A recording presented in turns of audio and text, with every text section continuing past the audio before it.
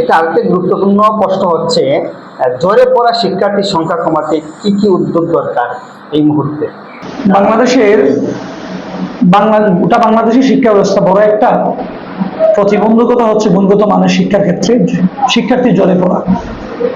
এবং যদি বাংলাদেশ থেকে সরে এসে আমাদের এই এলাকায় আমি চিন্তা করি, এলাকা নিয়ে চিন্তা করি, আমাদের এই অঞ্চলে এটা আরো প্রবল।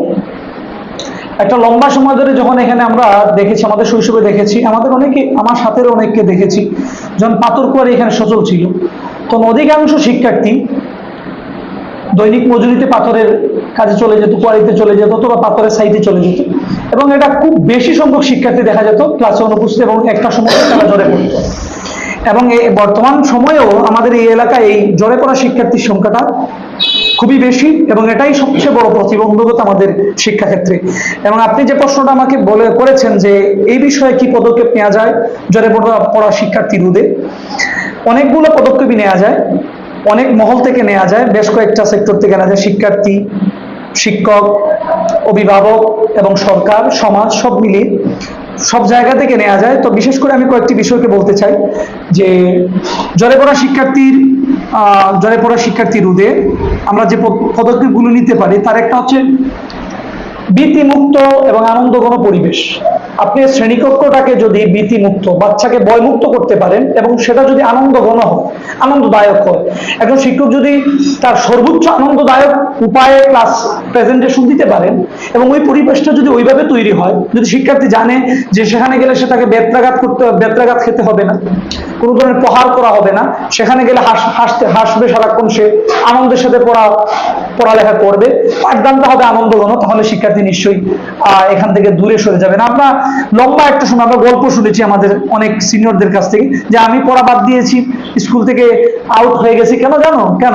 আমি ড্রপ আউট হয়েছি শুধুমাত্র একজন স্যার আমাকে একদিন এমন মাইর দিছিলেন, ওই মাইরের চোটে আমি আর নেক্সট টাইম কোনো স্কুলে যাইনি।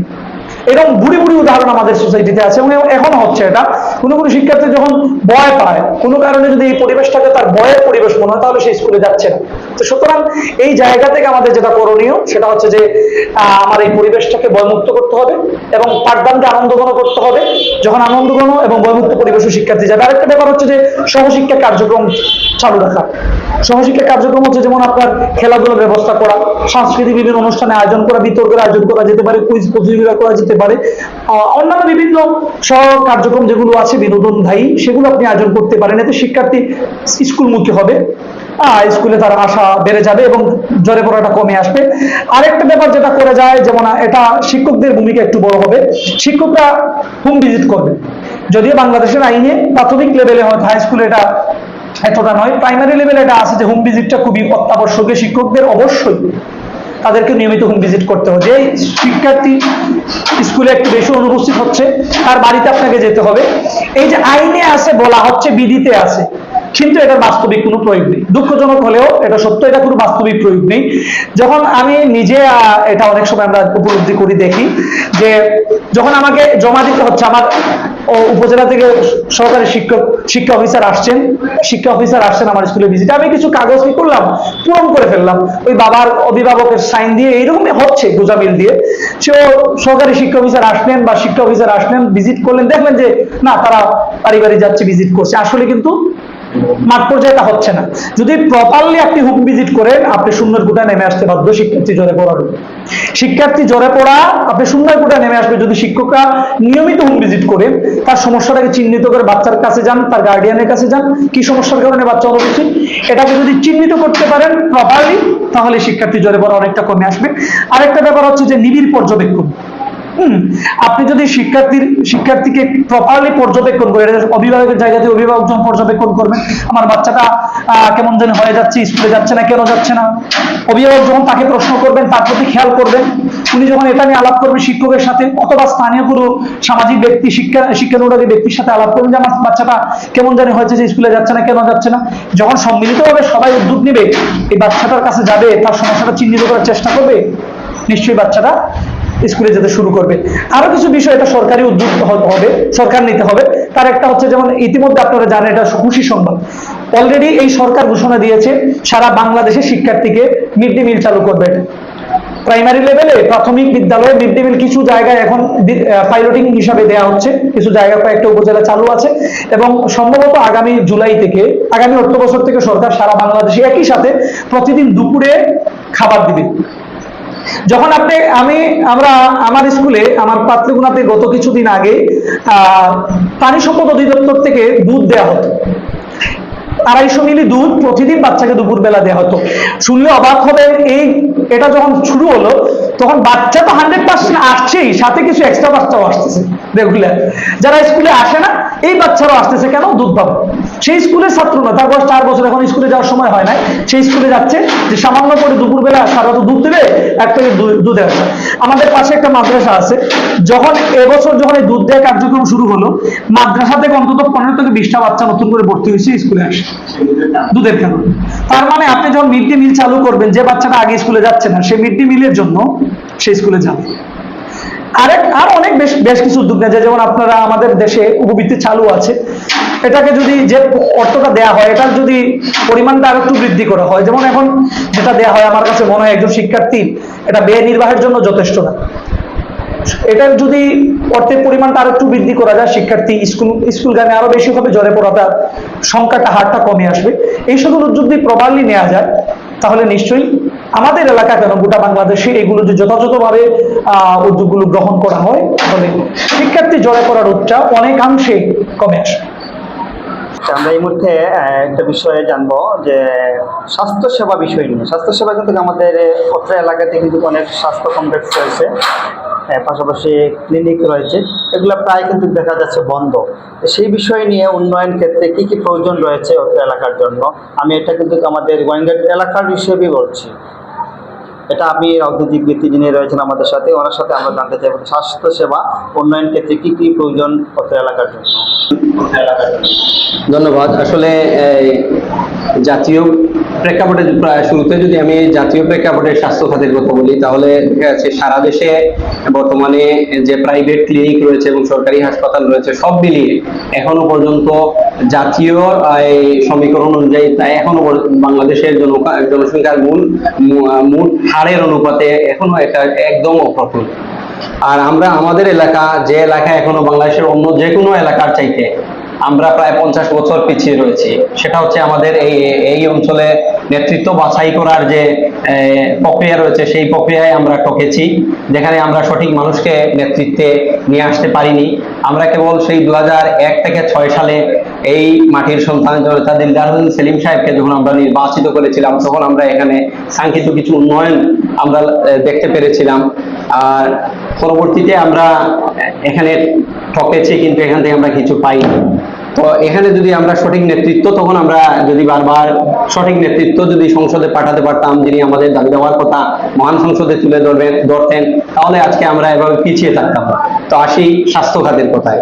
তা আমাদের গোয়েঙ্গাট উপজেলায় বর্তমানে যে মেডিকেল রয়েছে, এই মেডিকেলের কথাই যদি ধরি অন্য যে কোনো উপজেলায়, সিলেটের, আমি বাংলাদেশের কথা বাদই দিলাম, সিলেটের অন্য যে কোনো উপজেলা, বিশেষ করে বিশ্বনাথ উপজেলা, বিয়ানীবাজার উপজেলা, তারপরে হচ্ছে আপনার গোলাপগঞ্জ উপজেলা কিংবা আপনার জকিগঞ্জ উপজেলার কথা যদি বলি, সেখানে একাধিক প্রাইভেট ক্লিনিক রয়েছে এবং সরকারি যে হাসপাতাল রয়েছে সেটা একদম সচল অবস্থায় রয়েছে। কিন্তু ওই সেগুলার দিকে যদি তাকাই, আর পাশাপাশি তুলনামূলকভাবে যদি আমরা আমাদের গোয়েঙ্গাটের যে মেডিকেল আছে সেই মেডিকেলের দিকে যদি তাকাই, তাহলে এখানে দেখা যায় বিভাগওয়ারি কোনো ডাক্তার নেই, পর্যাপ্ত নার্স নেই, এবং পর্যাপ্ত এই যে বিভিন্ন বিভাগওয়ারি বিভিন্ন যে টেস্ট করার জন্য যে যন্ত্রপাতি প্রয়োজন, ইকুইপমেন্ট প্রয়োজন মেডিকেলের জন্য, সেটার অপ্রতুলতা রয়েছে, একদম অপ্রতুল। একটা সামান্য একটা টেস্টের জন্য আমাদেরকে সিলেট শহরে যেতে হয়, এখানে গোয়েঙ্গাটে সেই চিকিৎসা ব্যবস্থা নেই। খুব সম্ভবত এটা 50 শয্যা থেকে 100 শয্যা বিশিষ্ট, আমার তথ্যে ভুল হতে পারে, 100 শয্যা বিশিষ্ট এই হসপিটাল গোয়েঙ্গাট। কিন্তু এই উপজেলার চাহিদা হচ্ছে কমপক্ষে 500 শয্যা বিশিষ্ট একটা হসপিটাল এখানে থাকা উচিত, এবং প্রত্যেকটা বিভাগওয়ারি, এই উপজেলা এত বিশাল একটা উপজেলা, মেহেরপুর ডিস্ট্রিক্টের সমপরিমাণ একটা উপজেলা হচ্ছে আমাদের গোয়েঙ্গাট উপজেলা, যে উপজেলা এখনো মানে নেই, পর্যাপ্ত স্বাস্থ্য সেবা নেই।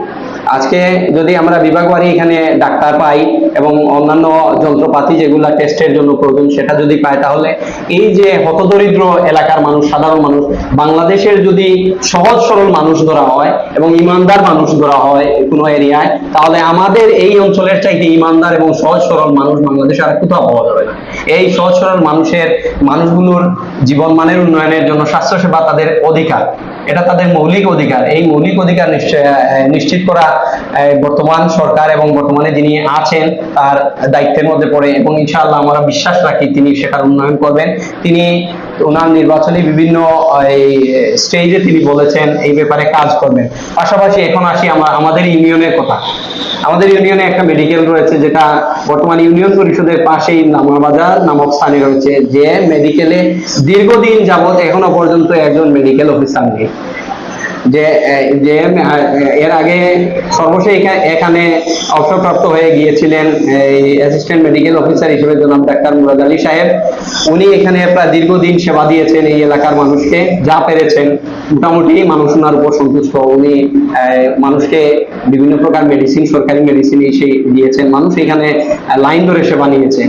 উনার আজকে অবসরে যাওয়ার দীর্ঘদিন হয়ে গেছে। এতদিন যাওয়ার পরে আজ পর্যন্ত উনার পরে আরো একজন নতুন করে অ্যাসিস্ট্যান্ট মেডিকেল অফিসার এখানে নিয়োগ হয় নাই। অ্যাসিস্ট্যান্ট মেডিকেল অফিসার তো নেই, পাশাপাশি অন্য ওনার বর্তমানে যে অধস্তন কেউ যে দেখবে এরকম কেউ নেই। টোটাল একটা মেডিকেল এখানে একটা ভুতুড়ে পরিবেশে ফেলে রাখা হয়েছে। যদি কোনো মানুষ যায় তাহলে সেখানে পর্যাপ্ত কোনো মেডিসিন নাই, সরকারি মেডিসিন নেই, যেটা আগে পাওয়া যেত। এটা গত 7-8 বছর থেকে, গত 7-8 বছরে, অর্থাৎ যেটা আসছে বিগত প্রায় 15-16 সাল থেকে, 7-8 বছর থেকে এখানে কিন্তু মেডিকেলের কোনো সেবাই এখানকার লোকাল মানুষ পাচ্ছে না।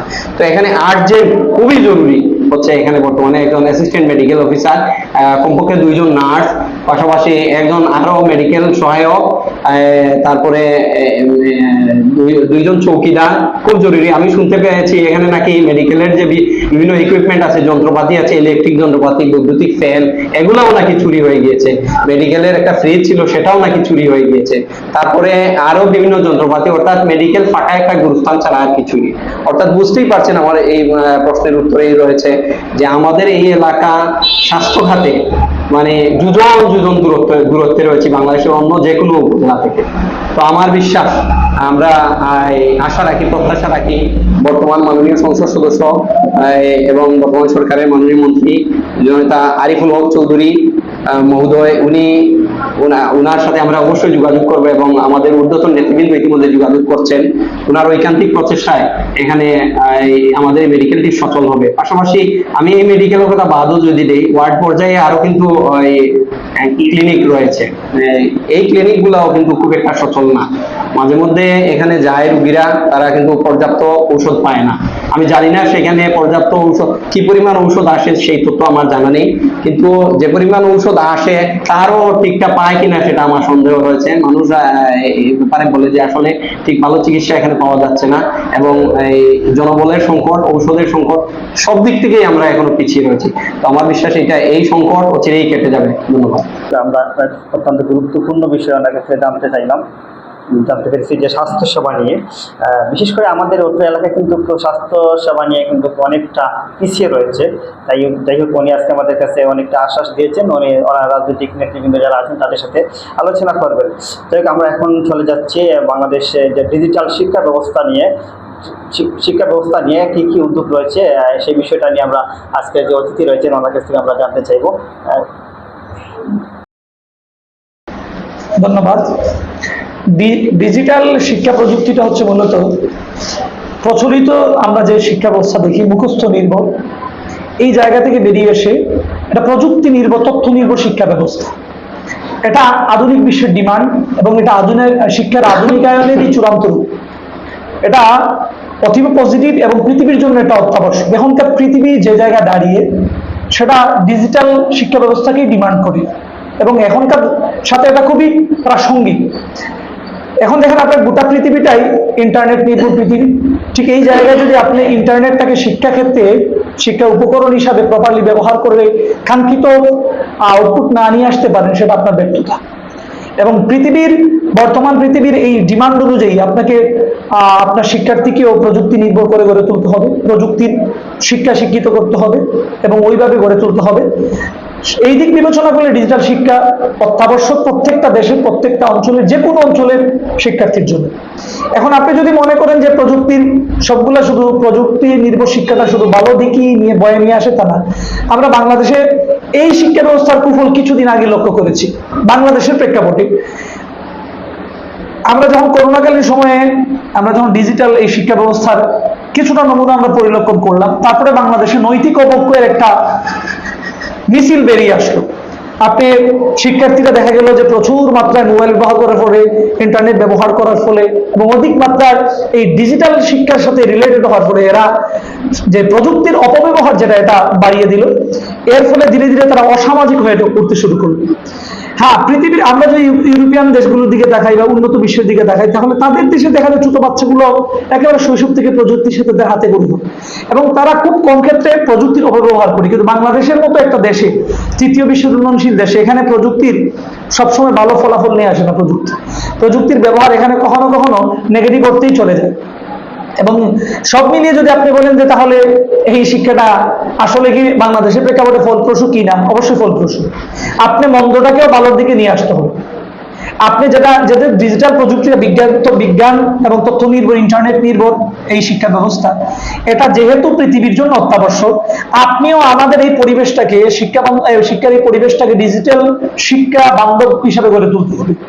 প্রথম দিকে কিছুটা বেগ পেতে হবে, ধীরে ধীরে ধীরে এইখান থেকে আমরা ওভারকাম করতে সক্ষম হব। এবং এটা আমরা দেখতে পাচ্ছি ইদানিংকালে শিক্ষার্থীদের মধ্যে এটা হচ্ছে। এখন আগের মতো যেটা হয়েছে বিগত বছরগুলোতে যেটা দেখা গেছে করোনার আশেপাশের সময়ে যেভাবে অপব্যবহার করা হয়েছে মোবাইল, ইন্টারনেট বা অন্যান্য সেক্টরগুলো, সেটা এখন কমে আসছে। আরো কিছু প্রতিবন্ধকতা অবশ্য আছে এই বাংলাদেশের ডিজিটাল শিক্ষার সারা দেশব্যাপী এটা কার্যকর করার কিছু প্রতিবন্ধকতা আছে। দেখেন, ডিজিটাল শিক্ষাটা হচ্ছে ইন্টারনেট নির্ভর।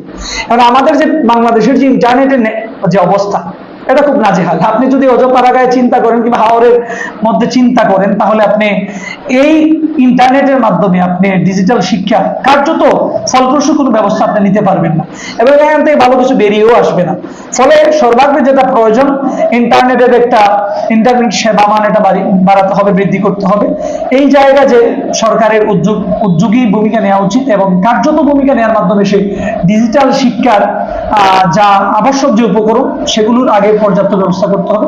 তারপর এটাকে যখন আপনি ফিল্ডে কাজ করতে শুরু করবেন, সেটা একটা ভালো ফলাফল নিয়ে আসবে। থেকে ভালো একটা জিনিস আমরা জানতে পারলাম যে ডিজিটাল শিক্ষা ব্যবস্থা। কিন্তু আমরা কিন্তু বেশিরভাগই জানি যে ডিজিটাল শিক্ষা ব্যবস্থা বলতে মোবাইল ফোনের মাধ্যমে যেটা আছে সেটা কিন্তু আমাদের অত্র এলাকার জন্য বেশ এটা মনে হয় না। কারণ আমাদের যে এত এলাকার যে নেটওয়ার্কের যে ব্যবস্থা, তো উনি বলছেন যদি নেটওয়ার্ক যদি বৃদ্ধি হয় তাহলে ডিজিটাল শিক্ষা ব্যবস্থা একটু ভালো হবে। যাই হোক, সেটাও আমরা যে রাজনৈতিক ব্যক্তি যারা রয়েছেন তাদের কাছ থেকে আমরা এটা আশা করবো যে নেটওয়ার্কের বিষয় নিয়ে, এই নেটওয়ার্কের বৃদ্ধি কীভাবে করা যায়, সেটা আমি কিন্তু এখন রাজনৈতিক যিনি রয়েছেন আমাদের সাথে ওনার কাছ থেকে জানতে চাচ্ছি যে আপনাদের সহকর্মী যিনি রয়েছেন, উনি বলছেন যে ডিজিটাল শিক্ষা ব্যবস্থা করতে হলে কিন্তু নেটওয়ার্কের বৃদ্ধি করতে হবে। সেই বিষয়টা নিয়ে আপনি কি ধন্যবাদ। আসলে আমরা জানি যে সীমান্তবর্তী এলাকা যেগুলো থাকে, বর্ডার এরিয়া, এই বর্ডার এরিয়াগুলা অনেকাংশেই কিন্তু চোরাচালানের ঝুঁকির মধ্যে থাকে, যে কারণে সঙ্গত কারণে সারা দেশের সীমান্তবর্তী এলাকায় অনেকাংশেই নেটওয়ার্কটা লিমিটেড রাখা হয়। তো সেই হিসাবে আমাদের যে সীমান্ত এবং এই এরিয়া অনুযায়ী যে পর্যন্ত নেটওয়ার্ক স্পিড রাখা প্রয়োজন, সেই অনুপাতে আমার মনে হয় এ পর্যন্ত যদি ঘাটতি থাকে তাহলে অবশ্যই যোগাযোগ করা প্রয়োজন এবং সে ব্যাপারে কর্তৃপক্ষের সাথে আলোচনা করবে। ধন্যবাদ। যাই হোক, আমাদের প্রশ্ন হচ্ছে এবার এলাকার শিক্ষিত বেকার যুবকদের জন্য কি ধরনের উদ্যোগ প্রয়োজন? এলাকার শিক্ষিত বেকার যুবকদের জন্য কি ধরনের উদ্যোগ প্রয়োজন? এটা ধন্যবাদ। আমাদের বাংলাদেশের একটা এই জায়গা, বাংলাদেশ কেন এখন গোটা পৃথিবীতেই যেটা তীব্রতর আকার ধারণ করেছে যে সংকটটা, সেটা হচ্ছে যে শিক্ষিত বেকারদের সংখ্যা বেড়ে যায় এবং আমাদের মতো তৃতীয় বিশ্বের উন্নয়নশীল রাষ্ট্রের জন্য এটা বেশ প্রকট এবং এটা বড় ধরনের একটা সমস্যা হিসাবে চিহ্নিত হয়েছে অলরেডি। আর আপনি যদি আমাদের এলাকার কথা চিন্তা করেন যে আমাদের এলাকার এই শিক্ষিত বেকারদের নিয়ে ঠিক করা যাওয়া ঠিক নয়। আমাদের এখানে লম্বা সময় ধরে আসলে আমাদের শিক্ষার আগে বলেছিলাম যে আমাদের শিক্ষার মান ও গুণগত দিক থেকে অনেকটা পিছিয়ে গোয়েঙ্গাট অঞ্চল। আর একই সাথে এখানে যারাই শিক্ষিত এরা প্রপারলি এরা কিন্তু আসলে ওইভাবে কাজে লাগছে না। কেন কাজে লাগছেন না বা কেন বেকার হয়ে পড়ছেন এর বেশ কিছু কারণ আছে। আমাদের এই এলাকার লম্বা সময় ধরে খনিজ সম্পদ নির্ভর, বিশেষ করে পাথর পরে নির্ভর। ফলে এইখানে যারা অতীতে আমরা দেখেছি শিক্ষা মোটামুটি যারা অনার্স মাস্টার্স শেষ করে কমপ্লিট করে উচ্চ শিক্ষা কমপ্লিট করেও এরা ব্যবসায় মনোনিবেশ করছে, চাকরি বা অন্যান্য পেশাজীবী হওয়ার দিকে তারা ততটা দৌড়ায় নাই, ব্যবসায়ী হয়েছে বা অন্যান্য ব্যবসা সংশ্লিষ্ট অন্যান্য কাজে তারা জড়িত হয়েছে। কিন্তু ইদানিংকালে আমাদের এখানে এই সংকটটা দেখা দিয়েছে যে কোয়ারি যখন বন্ধ হয়ে যাওয়ার পর এই সংকটটা আরো তীব্রতর হয়েছে। শিক্ষিত বেকারত্বের হার এটা বেড়ে গেছে এবং এই জায়গায় যা করা উচিত এখন আমার যেটা মনে হয়, আমার জায়গা থেকে যেটা মনে হয় যে আমাদের বেশ কিছু ভূমিকা নেওয়া উচিত। চাকরির পিছনে না দৌড়ে অন্যান্য দক্ষতা নির্ভর যে জায়গা আছে সেই জায়গা দিকে ফোকাস করা উচিত।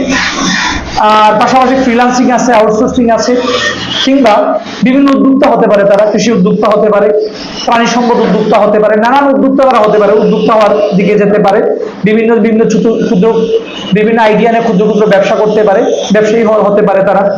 এতে উদ্যোক্তা হলে যেটা হবে, তারা যেমন নিজেদের কর্মসংস্থানের ব্যবস্থা করবে, একই সাথে এলাকার অন্যান্য যুবকদের যারা শিক্ষিত যুবক যারা বেকার হয়েছে তাদেরও একটা কর্মসংস্থানের সুযোগ তারা সৃষ্টি করে দিতে পারবে।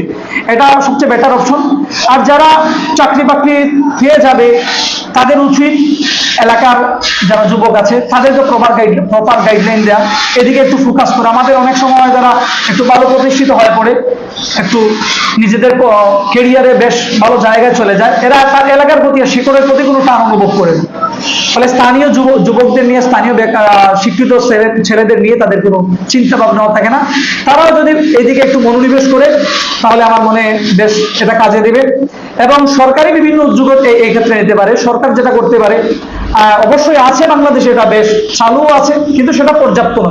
প্রশিক্ষণের ব্যবস্থা করা, যারা শিক্ষিত আছে তাদেরকে আরো প্রশিক্ষণের মাধ্যমে কর্মক্ষম করে তোলা, দক্ষ করে তোলা, এবং এই দক্ষ জনশক্তিকে বিদেশে আমরা পাঠাতে পারি। এতে দেশে বৈদেশিক মুদ্রাও যেমন অর্জন হবে, তার পাশাপাশি আপনার বেকারের সংখ্যাও কমে আসবে।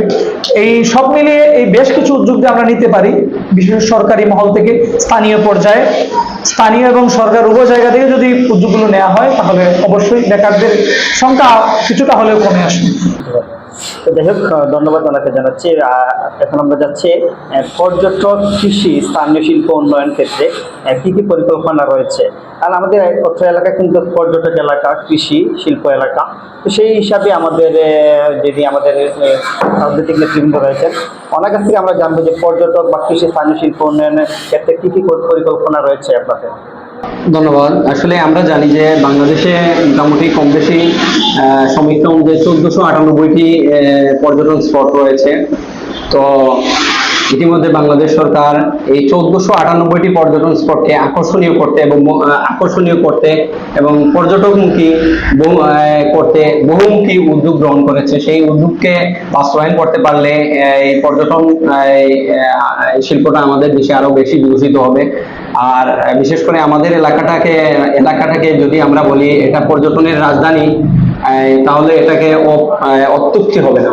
কেননা এখানে যদি দেখি, আমরা এদিক থেকে শুরু করি, এক গোয়েনঘাটের কোথায় যদি আমরা বলি আমাদের উপজেলা, তাহলে এদিক থেকে যদি আমরা শুরু করি যে জাফলং থেকে যদি আমরা জাফলং এর একটা বিশাল পর্যটনের অপার ভান্ডার, এই জাফলং থেকে যদি শুরু করি, জাফলং এর পরে এখানে এসে তারপরে এই পান্তুমাই, মায়াবতী ঝর্ণা, তারপরে আমাদের হাতের নাগালে আমাদের বাড়ির পাশে বিছনাকান্দি সাত পাহাড়ের মোহনা, তারপরে হচ্ছে আপনার এদিকে যাওয়ার পথে যেটা এখনো দেশের অনেক লোকই জানে না, আমরা যেটাকে কুলিছড়া বলি সেখানে একটা প্রাকৃতিক সৌন্দর্যের নৈসর্গিক লীলাভূমি বললেও কম হবে না।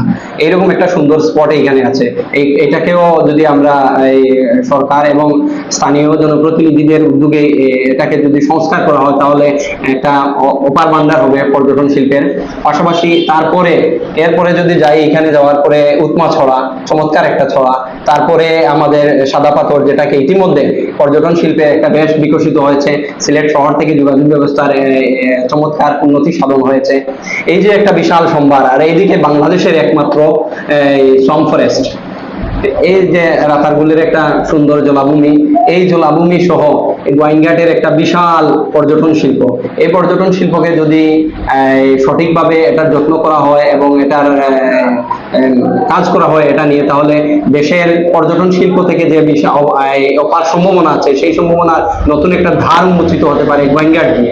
পাশাপাশি আমাদের সিলেটের অন্যান্য অঞ্চলে তো পর্যটন শিল্পের কথা নাই বললাম, সিলেটের পরতে পরতে রয়েছে পর্যটন শিল্পের অপার সম্ভাবনা। পাশাপাশি আপনি বলছেন যে ক্ষুদ্র শিল্পের বিকাশ, ক্ষুদ্র শিল্পে পর্যটন শিল্পের বিকাশের জন্য ইতিমধ্যে সরকার উদ্যোগ গ্রহণ করেছে। সেই উদ্যোগের একটা অংশ হচ্ছে আমরা ইতিমধ্যে শুনতে পেরেছি যে সিলেটের রেলওয়ে স্টেশন থেকে জাফলংয়ে একটা মেট্রো রেল চালু করার জন্য মাননীয় মন্ত্রী মহোদয় তিনি উদ্যোগ গ্রহণ করেছেন। এই উদ্যোগ যদি বাস্তবায়ন হয় এবং এই উদ্যোগ যদি আলোর মুখ দেখে, তাহলে পর্যটন শিল্পে একটা নতুন দ্বার উন্মোচন হবে এবং বলা বাহুল্য এখান থেকে সরকার কোটি কোটি টাকার রাজস্ব আয় করবে এবং এখানে নতুন নতুন কর্মসংস্থানের সৃষ্টি হবে। পাশাপাশি জাফলং পর্যন্ত এই 4 লেন রাস্তা অচিরেই এখানে শেষ হবে, তখন কিন্তু যোগাযোগ ব্যবস্থা আরো উন্নত হবে। এই যোগাযোগ ব্যবস্থা উন্নয়নের পাশাপাশি বর্তমান সরকার এবং বর্তমান মন্ত্রী মহোদয় জাফলং থেকে এই সাদাপাথর পর্যন্ত যে সীমান্ত রুট আছে, এই সীমান্ত রুটটি দ্রুততর সময়ে বাস্তবায়নের জন্য তিনি কাজ করছেন। এটাও যদি বাস্তবায়ন হয়ে যায়, তাহলে 1 ঘন্টার ভিতরে গোয়াইনঘাটের সবকটি মানে সীমান্তবর্তী যে কয়টা পর্যটন স্পট আছে, সবকটি পর্যটন স্পট বেরিয়ে মানে যারা পর্যটক আসবে তারা মনের তৃপ্তি নিয়ে দেখে তারপরে এখান থেকে যাওয়ার স্কোপ হবে।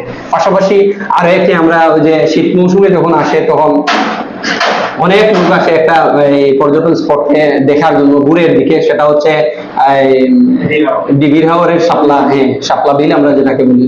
এই ডিবির হাওরের শাপলা বিলের উন্নয়নের জন্য আমাদের বর্তমান সংসদ সদস্য প্রবাসী কল্যাণ ও বৈদেশিক কর্মসংস্থান এবং শ্রম কল্যাণ মন্ত্রী উনি ইতিমধ্যে ঘোষণা দিয়েছেন যে ডিবির হাওরে এখানে একটি ওয়াকওয়ে নির্মাণ করবেন, যে ওয়াকওয়ে ধরে পর্যটক ইচ্ছে করে একদম বিলের মধ্যখানে যাবে এবং হাত দিয়ে সে বিলের যে শাপলা শালুক সেগুলো আসে তার হাত দিয়ে উপভোগ করবে। পাশাপাশি দূর দূরান্ত থেকে যে সকল পর্যটকরা আসবে তাদের থাকার জন্য সুব্যবস্থার জন্য তিনি ইতিমধ্যে সুনির্দিষ্টভাবে সুস্পষ্টভাবে ঘোষণা দিয়েছেন কমপক্ষে 10 রুমের একটা ব্যবস্থা করে দিবেন, যাতে করে দূর দূরান্তের পর্যটকরা এখানে এসে থেকে খুব দূরে যাতে এই নৈসর্গিক সৌন্দর্যটা উপভোগ করতে পারে।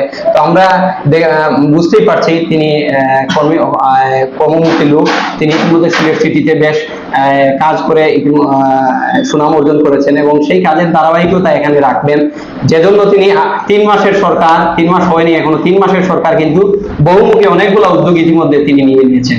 তো আমার বিশ্বাস এখানে পর্যটন শিল্পের বেশ বিকাশ করবে ওনার হাত ধরে। আমাদের গোয়াইনঘাটের আমাদের এই এলাকার মানুষের দীর্ঘদিনের দাবি যে এই উপজেলাকে পর্যটন উপজেলা হিসাবে দেশের ঘোষণা দেওয়ার জন্য আনুষ্ঠানিকভাবে আইনিভাবে। তো আমরা বিশ্বাস করি ওনার মাধ্যমে সেই দাবিও বাস্তবায়ন ঘটবে। পাশাপাশি ক্ষুদ্র মাঝারি শিল্পের যে বিকাশ, যে ক্ষুদ্র মাঝারি শিল্পের জন্য বর্তমান সরকার আমরা জানি যে যাতে এই শিল্পটা বিকশিত হয় সেজন্য মাত্র 7% সুদে ঋণ দেওয়ার জন্য এই ব্যবস্থা নিয়েছে এবং মহিলা যে সকল উদ্যোক্তা আছে তাদের জন্য মাত্র 5% সুদে ঋণ দেওয়ার জন্য এই ব্যবস্থা নিয়েছে। তা বোঝাই যাচ্ছে যে সরকার এই ব্যাপারে খুবই উদ্যোগী এবং কাজ করছে এই ব্যাপারে। ধন্যবাদ। অনেকে ধন্যবাদ জানাচ্ছি। আসলে আমাদের গোয়াইনঘাট উপজেলায় হচ্ছে প্রত্যেকটি গ্রামে হচ্ছে একটা পর্যটক নগরী। এই প্রত্যেকটা এলাকা যদি আমরা ঘুরি তাহলে কিন্তু একটা মাসও কিন্তু শেষ করা সম্ভব নয়। তারপরে যেহেতু মন্ত্রী সরকার কিন্তু ইতিমধ্যে কৃষকদের জন্য ফার্মার্স কার্ড যেটা দিয়েছে, এটা আমার আগে বলা উচিত ছিল। ফার্মার্স কার্ড মানে সরকার ঘোষণা করেছে যে উপযুক্ত কৃষক যারা আছে তাদের জন্য একটা ফার্মার্স কার্ড থাকবে। এই কার্ডের ভিতরেই সে কৃষি ক্ষেত্রে কৃষির মানে তার কৃষির বিকাশের জন্য যত ধরনের সুযোগ সুবিধা আছে সরকার সব ধরনের সুযোগ সুবিধা মানে এই ফার্মার্স কার্ডের মাধ্যমে এটা। যাই হোক, অনেকে ধন্যবাদ জানাচ্ছি। আমরা এখন একটি প্রশ্ন আমি জানবো, অভিভাবকদের সচেতনতা শিক্ষার ক্ষেত্রে কতটা গুরুত্বপূর্ণ সেই বিষয়টা আমাদের শিক্ষক নুরুল আমিন স্যারের কাছ থেকে জানতে চাইব। শিক্ষাক্ষেত্রে অভিভাবকদের বেশ বড় গুরুত্বপূর্ণ ভূমিকা পালন করতে হবে। শিক্ষকরা যেমন ভূমিকা পালন করেন, একজন অভিভাবকও তার বাচ্চার শিক্ষাক্ষেত্রে মান উন্নয়নে বেশ বড় ভূমিকা পালন করতে পারেন। বিশেষ করে বেশ কয়েকটা বিষয় যদি আমি বলি, একটা হচ্ছে যেমন তার আদর্শ পরিবেশ তৈরি করে দেওয়া। ঘরের মধ্যে, বাড়ির মধ্যে আপনি শান্ত এবং পড়ার উপযোগী একটা পরিবেশ তৈরি করার দায়িত্ব করে দেওয়ার দায়িত্ব কিন্তু অভিভাবক। এটা শিক্ষক বা অন্য কেউ করে দেবেন। আপনার ঘরের ভিতরে আপনার বাচ্চা পড়ালেখা করবে, একটা শান্ত পরিবেশ এবং সুন্দর মনোরম একটা পরিবেশ, যেখানে সে পড়াশোনার সর্বোচ্চ মনোযোগ দিতে পারবে, এমন একটা সুন্দর নিবিড় পরিবেশ আপনি করে দিবেন, অভিভাবক হিসেবে আপনি করে দিতে হবে। পাশাপাশি নৈতিক এবং মানবিক যে গুণাবলী অর্জন আমরা যেটা করি, আমরা অনেক সময় মনে করি যে নৈতিক এবং মানবিক গুণাবলী অর্জন করানোর দায়িত্ব শিক্ষকদের, এটা শুধু প্রতিষ্ঠান করবে না, এটা শুধু প্রতিষ্ঠানের ভূমিকা হবে না, এটার জন্য পরিবার সর্বাগ্রে ভূমিকা নেবে। আমরা জানি যে একটা পরিবার হচ্ছে তার একটা বাচ্চার প্রথম শিক্ষা কেন্দ্র। একটা বাচ্চা তার জীবনের যে প্রথম যে গুণাবলীগুলো অর্জন করে, এটা কিন্তু পরিবার থেকে। সুতরাং অভিভাবক তার নৈতিক গুণাবলী, বিশেষ করে সততা, শৃঙ্খলা, ভদ্রতা, নম্রতা, বড়দের প্রতি শ্রদ্ধা, এই বিষয়গুলো সে কিন্তু পরিবার থেকে শিখবে। এই ক্ষেত্রে অভিভাবকটা ভূমিকা নিতে হবে। আর পাশাপাশি আরেকটা কাজ করতে হবে অভিভাবকদের, সেটা হচ্ছে যে বাচ্চাকে শুধু স্কুলে পাঠালেই হবে না বা বাড়িতে পরিবেশ করে দিলেই হবে না, নিয়মিত একটা যোগাযোগ রাখতে হয় বিদ্যালয়ের সাথে তাকে সমন্বয় করে চলতে হয়।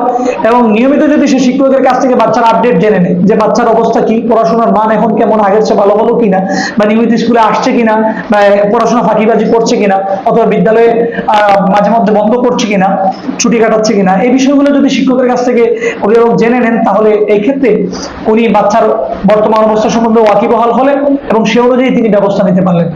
পাশাপাশি উনি যেটা করতে পারেন, আরেকটা কাজ হচ্ছে যে প্রত্যেক অভিভাবকের উচিত তার বাচ্চাকে সময় দেয়। এখন আমাদের যে কর্মব্যস্ত পৃথিবী এবং কর্মব্যস্ত যে সময়, যে বর্তমানে যে সময়টা চলছে কর্মব্যস্ততা, এখন মানুষ কিন্তু তার বাচ্চাকে পর্যাপ্ত সময় দেওয়ার সুযোগই হচ্ছে না।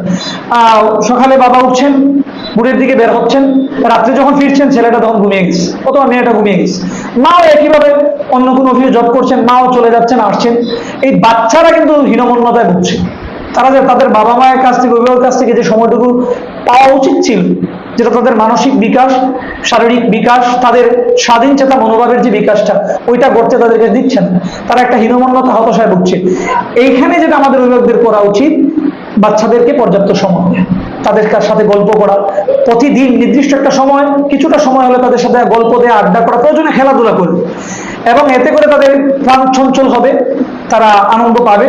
এবং পাশাপাশি যেটা হয়, আপনি বাচ্চাকে মানসিক সহায়তা দিতে হবে, উৎসাহ দিতে হবে। যেমন আপনি কোনো ক্ষেত্রে আপনি তাকে পড়াশোনার ক্ষেত্রে অতিরিক্ত চাপ দিতে পারবেন না। আপনি তাকে বলবেন, তাকে দিক নির্দেশনা দিবেন, কিন্তু আপনার বিশ্বাস থাকতে হবে তার আত্মবিশ্বাসের উপর। তার যা করার সক্ষমতা আছে সেটার উপর আপনার বিশ্বাস থাকতে হবে।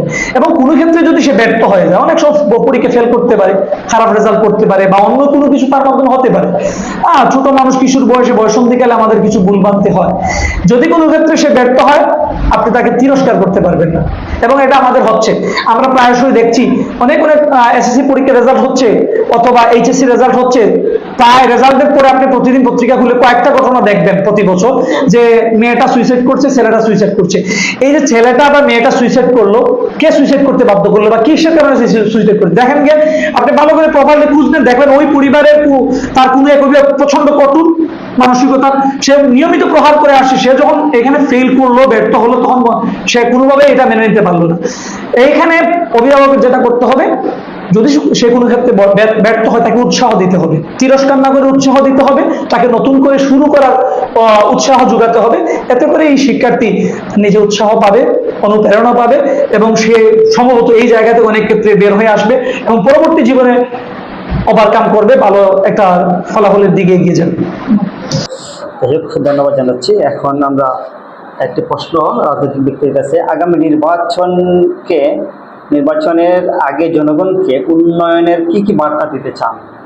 ধন্যবাদ। আসলে ঘটনা হচ্ছে, ইতিমধ্যে আমাদের সরকার কাজ শুরু করে দিয়েছে। যখন নির্বাচনী ইশতেহার দিয়েছিল, সেই ইশতেহার ধরে ইতিমধ্যে জনাব তারেক রহমানের সরকার কাজ করছে। এই সরকারের বয়স খুবই অল্প সময়, যেটা আমি এর আগে দুবার বলেছি। 12 ফেব্রুয়ারি নির্বাচন শেষ হয়েছে, তখন দায়িত্ব নিয়েছে সরকার, তার নির্বাচনী ইশতেহার অনুযায়ী কাজ করছে। সেই ইশতেহারের সরকারের সময় আসবে 5 বছর পরে কাউন্ট করার সময় আসবে। যদি ইশতেহার অনুযায়ী সেগুলোর বাস্তবায়ন না ঘটে, যদি যে ইশতেহারগুলো দিয়েছিল সেই অনুযায়ী যদি কাজ না করতে পারে, তাহলে জনগণের কাছে দায়বদ্ধ থাকবে বিএনপি। আমরা যারা মাঠে কাজ করেছি বুটের জন্য জনগণের দুয়ারে দুয়ারে গিয়েছি, আমাদের আবারও যেতে হবে, আমাদেরকে আবারও মানুষকে বুটের জন্য বুট চাইতে যেতে হবে। যদি বুট চাইতে যেতে হয় আর মানুষকে যদি বুটের কথা বলতে হয়, তাহলে যে প্রতিশ্রুতিগুলা মাঠে দেয়া হয়েছে সেই প্রতিশ্রুতির বাস্তবায়ন অবশ্যই করতে হবে। সে অনুযায়ী কাজ চলছে এবং আমরা আমাদের এলাকায় যে প্রতিশ্রুত যে সকল উন্নয়ন প্রতিশ্রুতি দেওয়া হয়েছিল যেগুলা বাস্তবায়ন করার জন্য, সেগুলা বাস্তবায়ন করার জন্য ইতিমধ্যে আমাদের নেতৃবৃন্দ কাজ করছেন এবং সে অনুযায়ী ইনশাআল্লাহ নির্ধারিত যে সময় আছে সেই সময়ের ভিতরে কাঙ্ক্ষিত প্রতিফলন আমরা দেখতে পাবো। সেইটুকু সময় আমরা অপেক্ষা করতে হবে। ধন্যবাদ আপনাকে। প্রিয় দর্শক, আমরা এখন সর্বশেষ একটি প্রশ্ন শিক্ষকের কাছে আমরা জানতে চাইব, আগামী 5 বছর এলাকার শিক্ষা থেকে কি কি পরিবর্তন দেখতে চান, সে বিষয়টা শিক্ষক আমাদের সাথে রয়েছেন স্যারের কাছ থেকে জানবো। আমাদের দেখেন, আগে বলছি, এখানে আপনি বলছেন আমাদের এলাকা, এটা কিন্তু জাতীয় কোনো ইস্যু না, এটা আমাদের স্থানীয় পর্যায়ের একটা ইস্যু। আমাদের এখানে সমস্যা শেষ নেই। আমি যদি আমার এলাকার, আমাদের এই অঞ্চলের সবচেয়ে ভালো প্রতিষ্ঠান, পশ্চিমপুরের সবচেয়ে ভালো প্রতিষ্ঠান ফারুক আহমদ বলছি, আপনি এখনো যান, এখানে এখনো রুমগুলোর অবস্থা জরাজীর্ণ। তো আমার মৌলিক যে বিষয়টা সেটারই পরিবর্তন হচ্ছে না। কাঙ্ক্ষিত যে আপনি ফলাফল, আমি যে কোন পরিবর্তন দেখবো এটা আমি চিন্তা করতে পারছি, আমার তো শ্রেণীকক্ষই ভালো। আপনি বেশিরভাগ স্কুলে এখনো দেখবেন ভালো সুপেয় পানির ব্যবস্থা, বিশুদ্ধ পানির ব্যবস্থা নেই। এখানে ওই পুরাতন টিউবওয়েল ব্যবস্থা রয়েছে, এখানে ডিপ টিউবওয়েলও সব স্কুলে নেই। এরা আয়রন মিশ্রিত পানি খাচ্ছে, আর্সেনিক, কোনো কোনো স্কুলে আর্সেনিক মিশ্রিত পানি খাচ্ছে। কোনো কোনো বিদ্যালয়ে আপনি স্যানিটেশন ব্যবস্থা একেবারে ভঙ্গ, একেবারে নিম্নমানের স্যানিটেশন ব্যবস্থা। তো আপনার এটা কিন্তু একেবারে মৌলিক ডিমান্ড পাচ্ছে। একজন শিক্ষার্থী বিদ্যালয়ে আসলে বিদ্যালয় কি তাকে দেবে, কোন কোন ক্ষেত্রে বিদ্যালয় তাকে সহযোগিতা করবে, কোন কোন সুবিধা বিদ্যালয় তাকে দিবে, তার একটা মৌলিক ডিমান্ড হচ্ছে এইগুলো। সে স্কুলে আসবে, আপনি দেখেন বিদ্যালয়গুলিতে কোনো মিলনায়তন নেই। আমার বেশিরভাগ বিদ্যালয় হল শ্রেণীকক্ষগুলোই তাদের মিলনায়তন। আপনি একটা স্কুলে 1500 বাচ্চা, 1000 বাচ্চা, 800 বাচ্চা, 900 বাচ্চা লেখাপড়া করে, তার একটা অডিটোরিয়াম থাকতে হবে, সাপ্তাহিক, মাসিক অথবা 6 মাস ভিত্তিক যে কোনো ভাবে হোক বিভিন্ন সাংস্কৃতিক ইভেন্ট হবে, সেগুলো ওই মিলনায়তনের ভিতরে বাচ্চারা অবস্থান করবে। আমার তো এই অবকাঠামোর এই জিনিসটাই তো নাই। গেল, আমি যদি চাই, আমি চাইবো আমার এলাকার এই যে অবকাঠামোতে যে দুর্বলতাগুলো আছে সেগুলো কাটিয়ে উঠবে। এই জায়গার আমাদের স্থানীয় জনপ্রতিনিধিরা ফোকাস করবেন। আরেকটা বিষয় হচ্ছে যে আমাদের দেখেন, আমাদের অঞ্চল কিন্তু যদিও আপনার পর্যটন নির্ভর এলাকা, আপনার এখানে খনিজ সম্পদে ভরপুর, প্রাকৃতিক অনেক রিসোর্স আছে, কিন্তু আসলে আদতে মানুষ এখানে গরিব, কিন্তু দরিদ্র সীমার নিচে মানুষ বেশি সংখ্যক মানুষ বাস করে। ফলে এখানে বাচ্চাদের যে শিক্ষার্থী যারা স্কুলে যাচ্ছে, স্কুলগামী যে শিক্ষার্থী, তাদের কিন্তু পর্যাপ্ত শিক্ষা উপকরণই তারা পাচ্ছে না, না স্কুল ড্রেস পাচ্ছে, না তার দৈনিক যে খাতা কলম যেগুলো যা দরকার লাগে শিক্ষাক্ষেত্রে তার সে পর্যাপ্ত পাচ্ছেন। তো এই জায়গায় আমাদের প্রথম আমার চাহিদা হবে, আমার চাওয়া হবে যে আমার এলাকার প্রথমত স্কুলগুলো শিক্ষা বান্ধব হয়ে উঠুক। আর যাই হোক, প্রথমত স্কুলগুলো অবকাঠামোর দিক থেকে শিক্ষা বান্ধব হয়ে উঠুক। আপনি অনেক স্কুলে মাঠই নেই, খেলার মাঠ নাই, ক্যাম্পাস না, মাঠ, খেলার মাঠ নেই। এটা আধুনিক শিক্ষা ব্যবস্থা সবচেয়ে অত্যাবশ্যক একটা জিনিস হচ্ছে খেলা। এখন এখানে একটা খেলার মাঠই নেই, নিজস্ব খেলার মাঠ নেই। আপনার শিশু শারীরিক বিকাশ কোন জায়গায় দেখবো, সে আনন্দঘন পরিবেশ পাবে কিভাবে? তারপরে রুমগুলো অপর্যাপ্ত, আলো বাতাস নেই, পর্যাপ্ত আলো বাতাস পাচ্ছেন, জরাজীর্ণ রুম। এই জায়গা থেকে পরিবর্তন আসা দরকার, অবকাঠামোর ক্ষেত্রে পরিবর্তন আসুন। এটা যখন আপনি দিয়ে দিবেন, আপনি যখন আপনার শিক্ষককে এবং ছাত্রকে যখন সুন্দর একটা অবকাঠামো সামনে উপস্থাপন করবেন, সুন্দর পরিবেশ দিবেন, তারপরে শিক্ষার্থী এবং শিক্ষকের কাজ। আমাদের সবার আগে এই জায়গাগুলো পরিবর্তন আসুক। আর একই সাথে অবশ্যই আমরা চাই আমাদের এই অঞ্চলের শিক্ষা ব্যবস্থা উত্তরোত্তর পরিবর্তন আসুক, কাঙ্ক্ষিত পরিবর্তনের দিকে এগিয়ে যাক। এখানে মুখস্থ নির্ভর, এই গদবাদা মুখস্থ নির্ভর শিক্ষা থেকে শিক্ষার্থী বেরিয়ে আসুক। চোখ বন্ধ করে গুগরাসে বলে ফেলছে আমাদের গ্রাম রচনা মুখস্থ করতেছে। আমি একদিন এক বাচ্চাকে দেখলাম, সে পড়তেছে আমাদের গ্রামের নাম আদারপাড়া, আমাদের গ্রামের নাম আদারপাড়া, আমাদের গ্রামের নাম আদারপাড়া। অদ্ভুত, আমাদের গ্রামের নাম আদারপাড়া, এই যে মুখস্থ নির্ভর শিক্ষা, আমাদের গ্রামের না, তার গ্রামের নাম সে বলতেছে আমাদের গ্রামে, মুখস্থ করতেছে। এই ধরনের গদবাদা মুখস্থ নির্ভর শিক্ষা থেকে আমাদের এলাকা বের হয়ে আসুন, ক্রিয়েটিভ মানুষ বেরিয়ে আসুন, যারা নিজের জায়গা থেকে সৃজনশীল হবে, সৃজনশীল মনে হবে। এই ধরনের শিক্ষার্থী বিশেষ আমার শিক্ষার ওই জায়গায় যাক এবং ওই শুধুমাত্র যে প্লাস, এ প্লাস, ফলাফল ভিত্তিক যে রেজাল্ট, ওই জায়গা থেকে বেরিয়ে আসুক, গুণগত মানের শিক্ষার্থীরা বেরিয়ে আসুক। শিক্ষাটা নিশ্চিত গুণগত মানের, অবশ্য ক্লাস দরকার আছে, কাঙ্ক্ষিত ফলাফলও কিন্তু একটা মানদণ্ড, কিন্তু এটাকে টোটাল একেবারে সর্বোচ্চ মানদণ্ড বিবেচনা করলে হবে না। আমি চাই আগামী 5 বছর বাদে বাংলাদেশের শিক্ষা ব্যবস্থা যেদিকেই যাক, আমার অঞ্চলটা যাতে এই পিছিয়ে পড়া অবস্থা থেকে, জরাজীর্ণ অবস্থা থেকে, এই পশ্চাৎপদ অবস্থা থেকে বের হয়ে আসুক। যে অবস্থায় আজকে উন্নত দেশগুলো আছে সেই জায়গার দিকে ক্রমশ হাঁটতে থাকুক, অগ্রসর হোক। ধন্যবাদ। ধন্যবাদ জানাচ্ছি। আর আমরা এখানেই আজকে বিদায় নিচ্ছি। আমাদের আজকের অতিথি যারা আসছেন তাদেরকে ধন্যবাদ জানাচ্ছি। পাশাপাশি আমাদের যে দর্শক রয়েছে তাদের অনেক কষ্ট ছিল, সেই প্রশ্নগুলো আসলে আশা করি আমরা পেয়েছি। অবশ্যই সেগুলো পরবর্তী রেজাল্টটা আমরা আরও কোনো একটি ইভেন্টে দেব।